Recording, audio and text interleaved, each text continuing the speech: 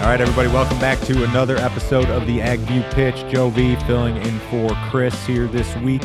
We are starting a new week of grain marketing, January 27th. I've got Jarod Creed with me. Pete Meyer. Guys, we're in Florida. The weather sucks. You having fun? Absolutely. It is spectacular.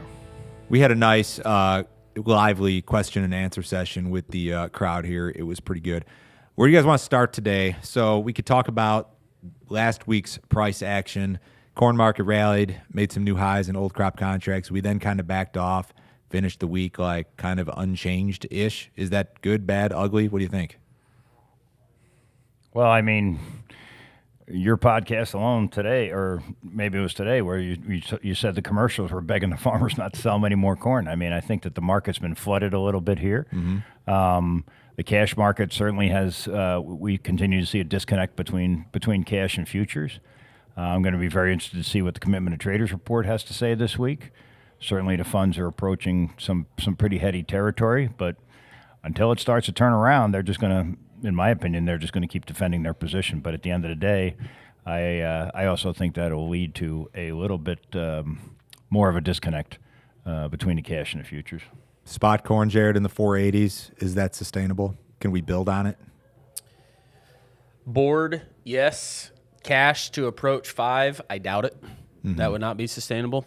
I would argue that across the nation side, that 440 to 460 area has probably been determined to be fair value because we've been stuck in that same, 10, 15, 20 cent price range in cash for the better part of 45 days now. Mm-hmm. You had mentioned, I think in the meeting, I don't know which location it was, somewhere where cash corn was 450 when the board was 70 cents lower, and it's still 450 at the same damn place. I've never seen it quite follow through just that precisely. 458 cash like the first week in November, and 455 cash like a week ago. And I don't even know if they got above 460 even on this week's rally. It's just quite a sight to see as cash backs off, and the farmer, rightfully so, and I'm glad they've stepped into the market in a big way. Okay, so if the corn market comes in and falls on its ass for some reason, is it because the funds begin to liquidate? I don't think it's because the farmer's already sold the hell out of this thing.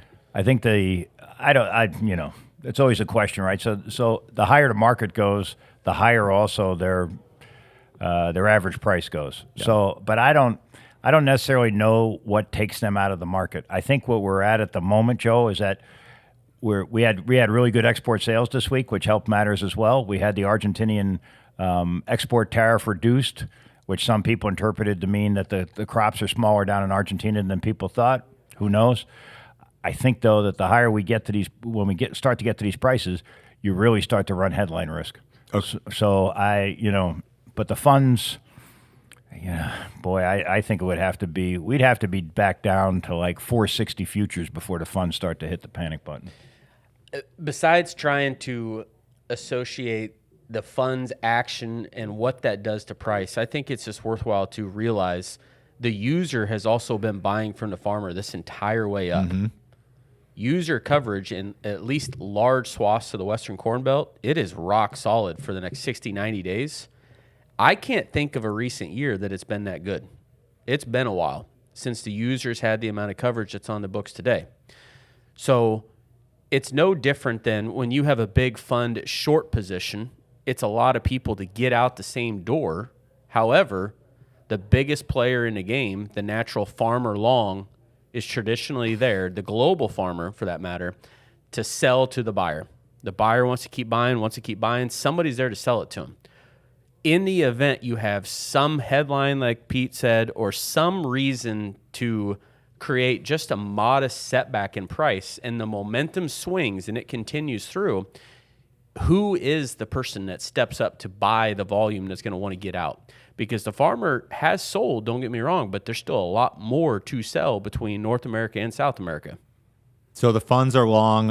If the funds are long 300,000, that's what, 1.5 billion bushels. Mm-hmm. Let's say the farmer still got half of last year's crop. That's 7.5 billion bushels. The funds are inconsequential relative to the farmer. I don't think most farmers understand that. Maybe not inconsequential is the word, but small. Oh, they're small, compared to the farmer. But I would argue that the farmer traditionally has been rewarded to sell to the fund when Yes. they are approaching record long positions. Yes. You certainly have never been rewarded to be selling to the funds when they are short. And, Pete and I joke about this a lot of time. Unfortunately, we're probably getting a lot of unnecessary talk about funds this, funds that. Yep. This is going to sound so wishy-washy here. When the funds are short, I really don't give a darn. Yeah. It is what it is. But when the funds are long, we've probably cleared a whole bunch of farmer stocks. There's something else taking place, and now you're questioning what's the next thing that hurts the farmer. Traditionally, it's lower price. And if you have a big audience come in and sell 1.5 billion bushel in a 60-day time frame, who's going to step up and buy that 1.5 billion? Yeah, the users are covered. The old crop spreads will tell you that. You've got some carry from March to May, from March to July. It's maybe not as much as it could be because, as we discussed, a lot of the fund length is in the front end. Let's fast forward. All the fund lengths in the front end, really. February 1st is tariff day. That's Saturday. It's coming up very soon. That's the day that we're told Trump is going to institute tariffs on Canada, Mexico, and China, I think, right? So what are we to make of that? Well, I mean, there still is, 8 million tons outstanding from Mexico? That'd be pretty close. Yep. Right. About 8 million tons. I mean, the tariff gets paid as soon as those tons cross the border. Did they buy them cheap enough that they can afford a 20% increase in price? Probably not. I'm hoping, as I told the audience here today, I'm hoping that the tariffs from Mexico specifically are just on specific products. President Trump is not thrilled with John Deere moving a lot of their production and a lot of their jobs down to Mexico. I'm hoping that he's just going to put the tariff on certain products and not put it on agricultural products. So a question to both of you on what Pete just said. I just happened to look. Do you know John Deere stock is up 20% in 2 weeks? It's acted really well. I posted a chart on one of my videos a while back, and it was John Deere stock paired with corn, and like corn had gone down and Deere had gone up.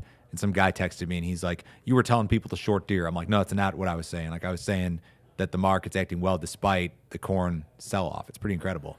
You would think maybe there'd be some correlation, but there's not. Deere has really cut a lot of their overhead. Yeah. There's no question about it. But if that's his plan, and we just saw it this week, right? And you're going to put tariffs on Canada as well. I saw it at Stellaris, which owns Dodge and Jeep and the rest of them. They're moving 1,500 jobs back to the U.S. from Canada that had moved out. So maybe this is a ploy by him to try to get Deere and the rest of them to move. I'm not really sure. I did not know that Deere had rallied that much, but Yeah, stocks acted phenomenally well. I mean, you got to understand these Pete, these big companies, they're masters at managing margin. yeah. They figure it out. Oh, yeah. They figure it out. They do. Yep. Especially somebody global like Deere. Let's talk about the Argentina thing. So Argentina, the government pretty much came out and said, we've got crop problems, and as a result, we're going to cut export taxes so that these guys can make some money. I didn't hear the first part of that in the announcement.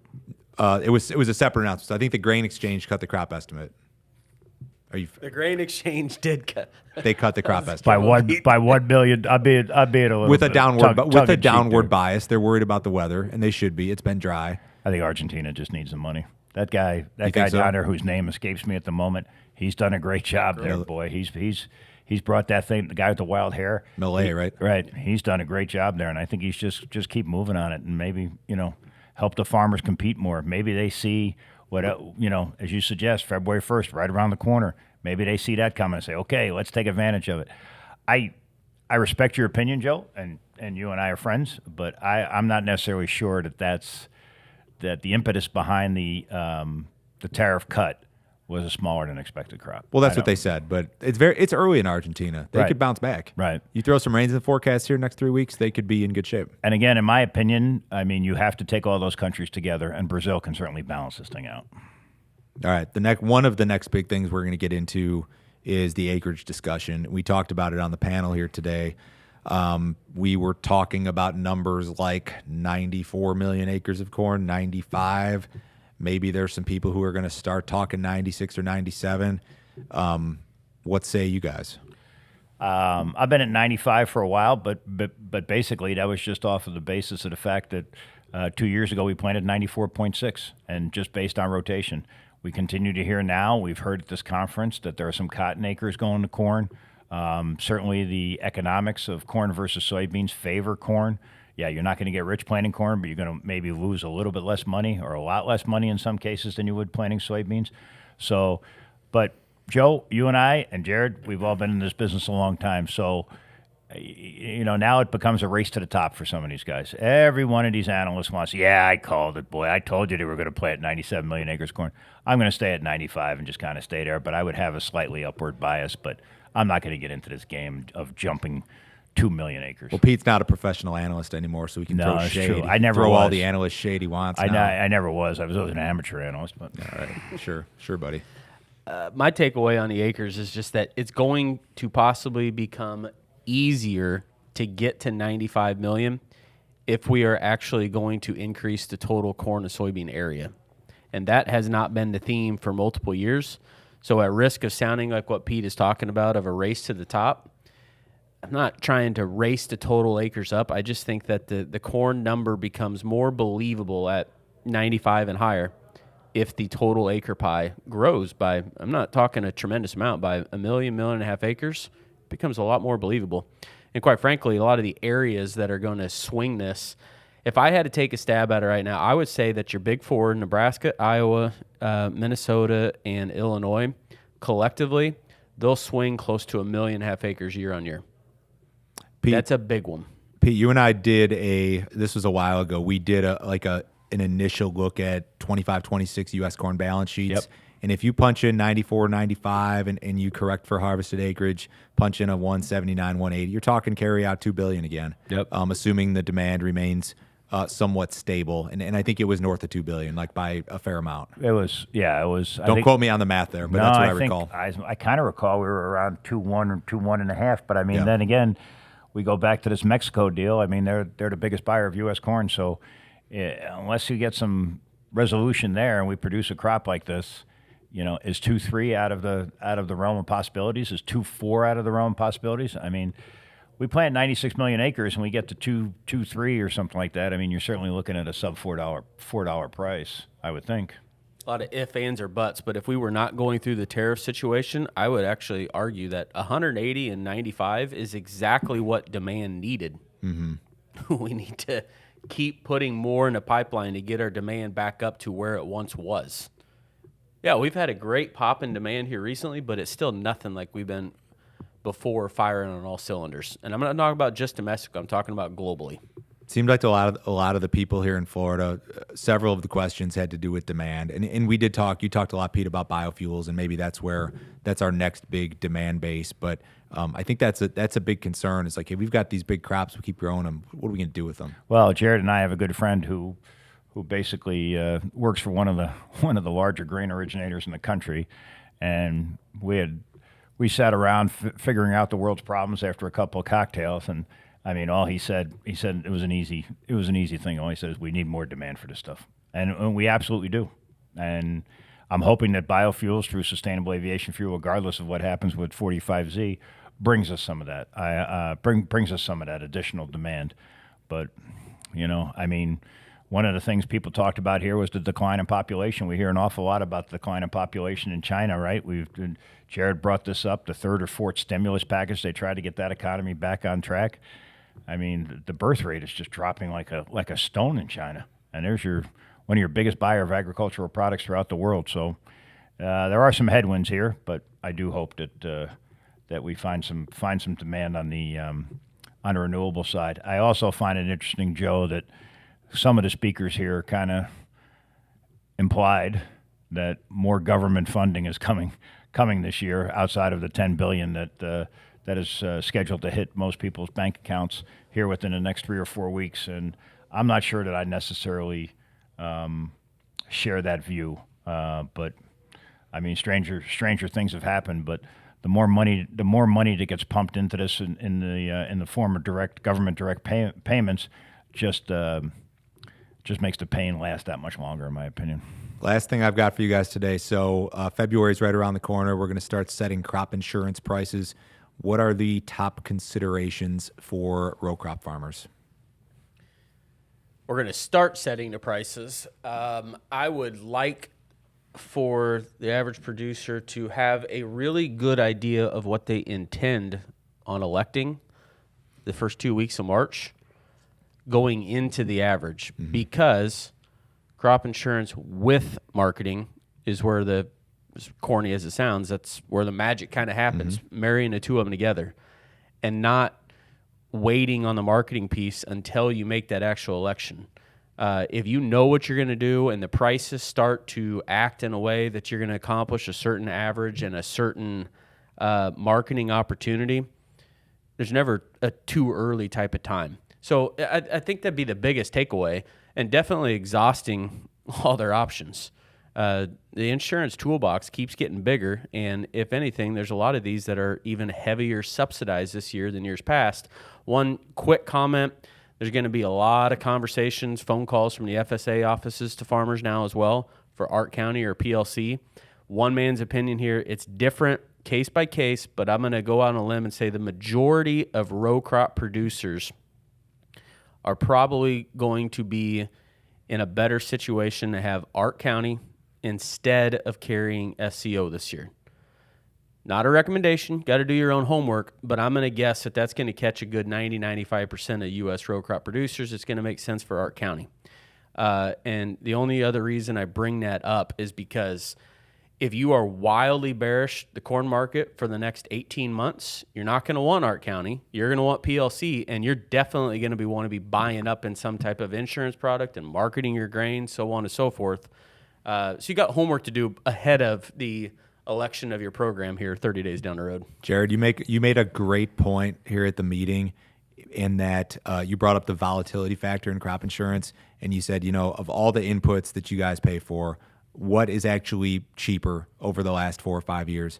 And the one thing is crop insurance. And some people don't think of that as an input, but because that volatility factor is going to be down, insurance is going to be more affordable. It's going to be a little more affordable. Your standard policy year on year, you're not going to see or feel it in a big way, but it's going to be, a couple bucks an acre cheaper than that 80-85% policy levels. But the subsidy factors going up in some of these supplemental products that the government continues to provide and enhance, going out on a limb again, you better have a really, really good reason. We will not have a single insured in our book that will, if they don't have margin protection, they will be carrying enhanced coverage option. And I almost say that because if you're not going to carry enhanced coverage option, we're not going to work with you because you don't have a level head on your shoulders at that point. The subsidy's too good to avoid, to ignore. A lot of producers should be flocking towards a good multi-peril and a heavier subsidized ECO product. Market some grain, and you'll be okay. All right, guys, that's all I got today. Pete, anything you want to add before we wrap it up here? No, just say, folks, you did hear Jarod say as corny as it sounds when discussing row crops, which I thought was excellent. Very good. Very good. That was very good. Fantastic. As corny as it sounds. Jarod, anything else? Nope. Good. Thanks, Joe. Guys, have a great week. See you later.